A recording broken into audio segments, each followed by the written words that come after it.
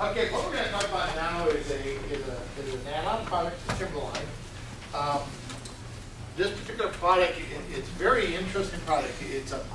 For those that might have heard the term business alerts. This is a business alert product. This is a product that will monitor your database, your Timberline database, and watch for certain conditions.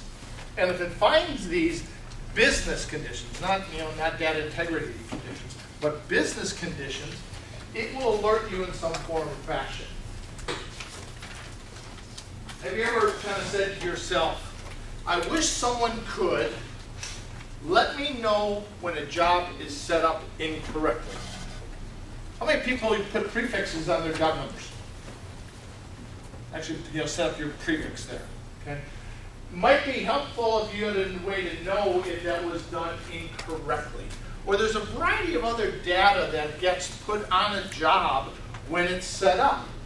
Now, each of you probably have your own rules on what those things are, but it's critical that it's done right. And as I go through these concepts or these examples, they can go from a job to a vendor to a customer to a lease. They can be applied anywhere in your database. So kind of open your minds a little bit. Take these examples and think about your company. So let's say that, boy, it sure would be nice if you were able to get an email every morning, every night, that says, these are the rules that I've monitored. So you've got a job, 03006, that has been started, meaning it's in progress, but it doesn't have an estimate yet. Where is that estimate? We're supposed to get those estimates in before we start getting costs to it. We all do it, right? Well, we try. Okay? This will keep you alert of those situations. You started a job for whatever reason, you don't have a contract amount. You might want to be aware of that.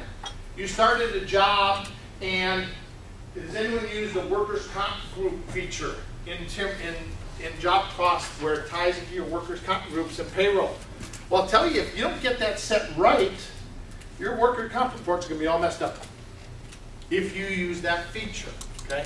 Here's something that can help you identify those cases. So in this example here, I've set up a variety of different business rules that I want the system to check. Here's a good one.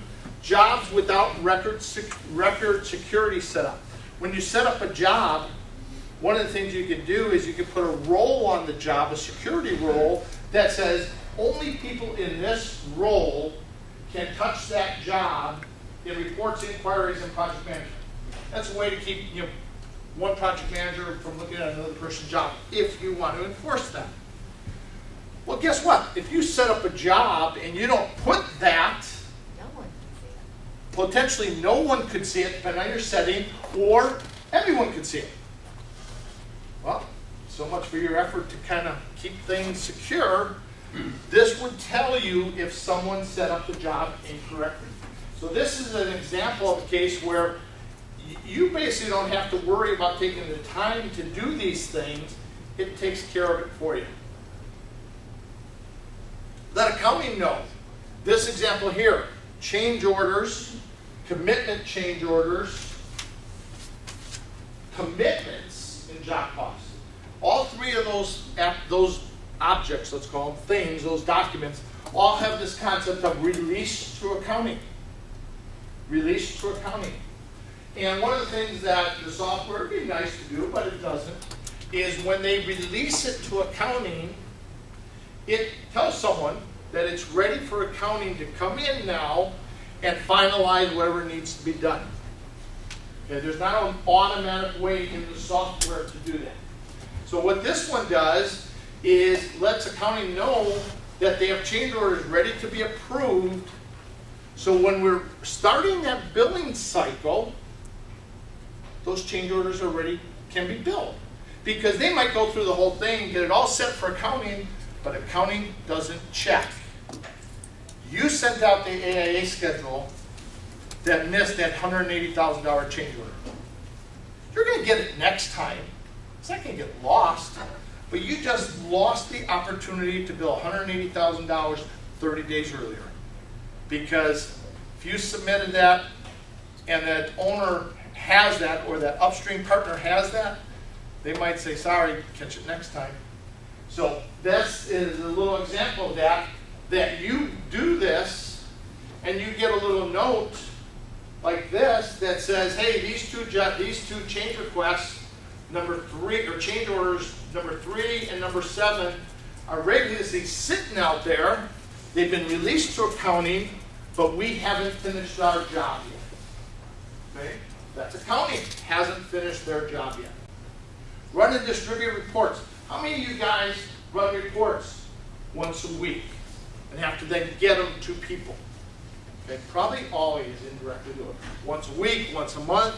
After payroll's posted, we do this. Okay? Takes time and effort to do that.